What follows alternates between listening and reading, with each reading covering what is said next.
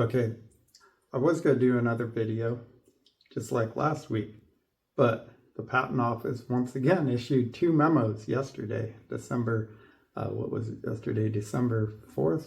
Maybe that was 2 days ago, but 2025.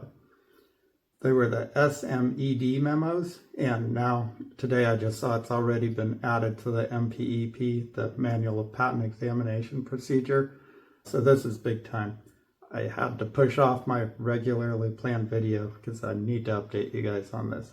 So today's video, a game changer for software and AI patents. If you filed a patent application in any time in the last 10 years, especially for software, AI, medical diagnostics software, the diagnostics imaging equipment that they have that uses computers, you know the dreaded Section 101 rejection that I'm talking about. That's where the examiner says, the patent examiner says, your invention is just an abstract idea, a mental process, and therefore it's not eligible for a patent. Well, we have a new director at the U.S. Patent Office. He started earlier this year, 2025, John Squires, and he just issued two, I'm going to call them massive memos yesterday. Like I said, December 4th, that may have been 2 days ago.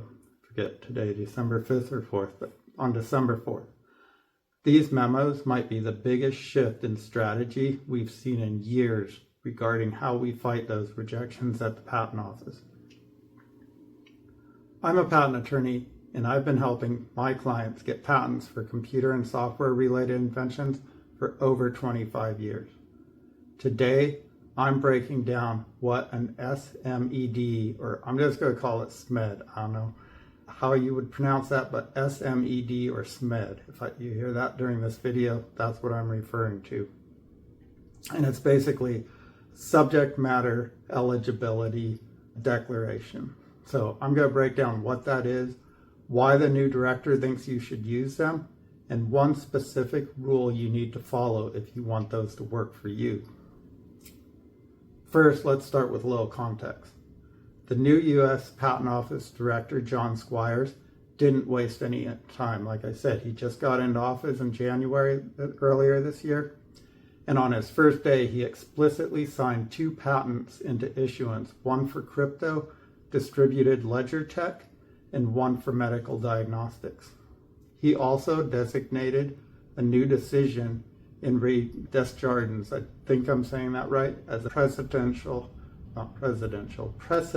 meaning it carries a lot of weight at the Patent Office, as a precedential decision for the Patent Office, the Trial and Appeal Board at the Patent Office, and the examiners. So that case basically said if you train a machine learning model, that is a practical application, not just math. It's not an abstract idea. But the real tool he gave us, that was yesterday, and that's the SMED, or the SMED, Subject Matter Eligibility Declarations. And this goes directly to those Section 101 abstract idea rejections you may have seen, or may fear if you're applying for a patent or computer-related invention. So let's start. What is an SMED? Technically, it's a declaration under 37 CFR 1.132, and that's just the Code of Federal Regulations that talks about submitting declarations as evidence to the Patent Office. Usually, when an examiner rejects a patent for being ineligible, your attorney writes a response arguing why the examiner is wrong.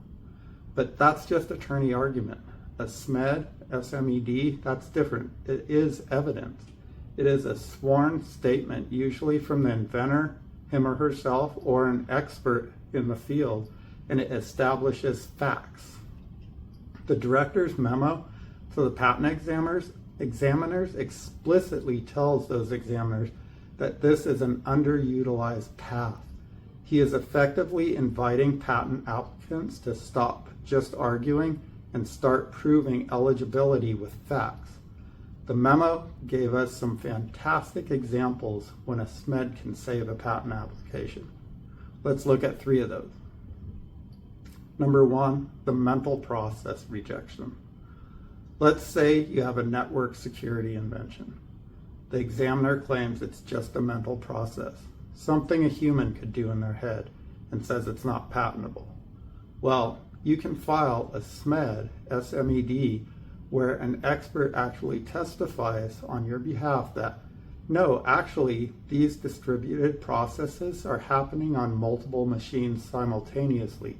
The human mind literally cannot perform this. We have one mind, not multiple machines, not multiple brains or minds.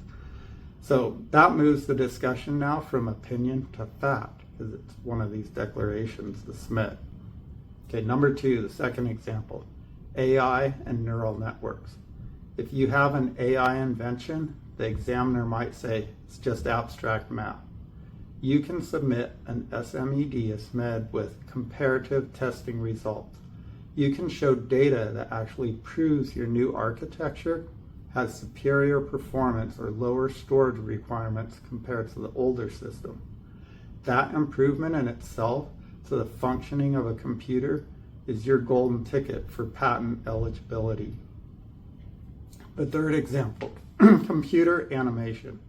If you are automating something animators used to do by hand, you can submit a SMED, SMED, showing that previously this was a subjective human task, but your specific rules allow a computer to automate it. So what's the key here in all 3 of these examples?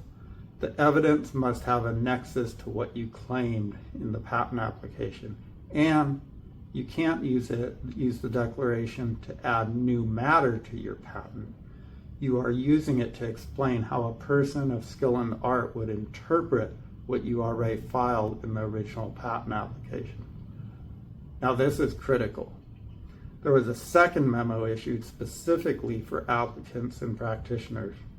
It outlines one major best practice, and this is for patent attorneys and applicants.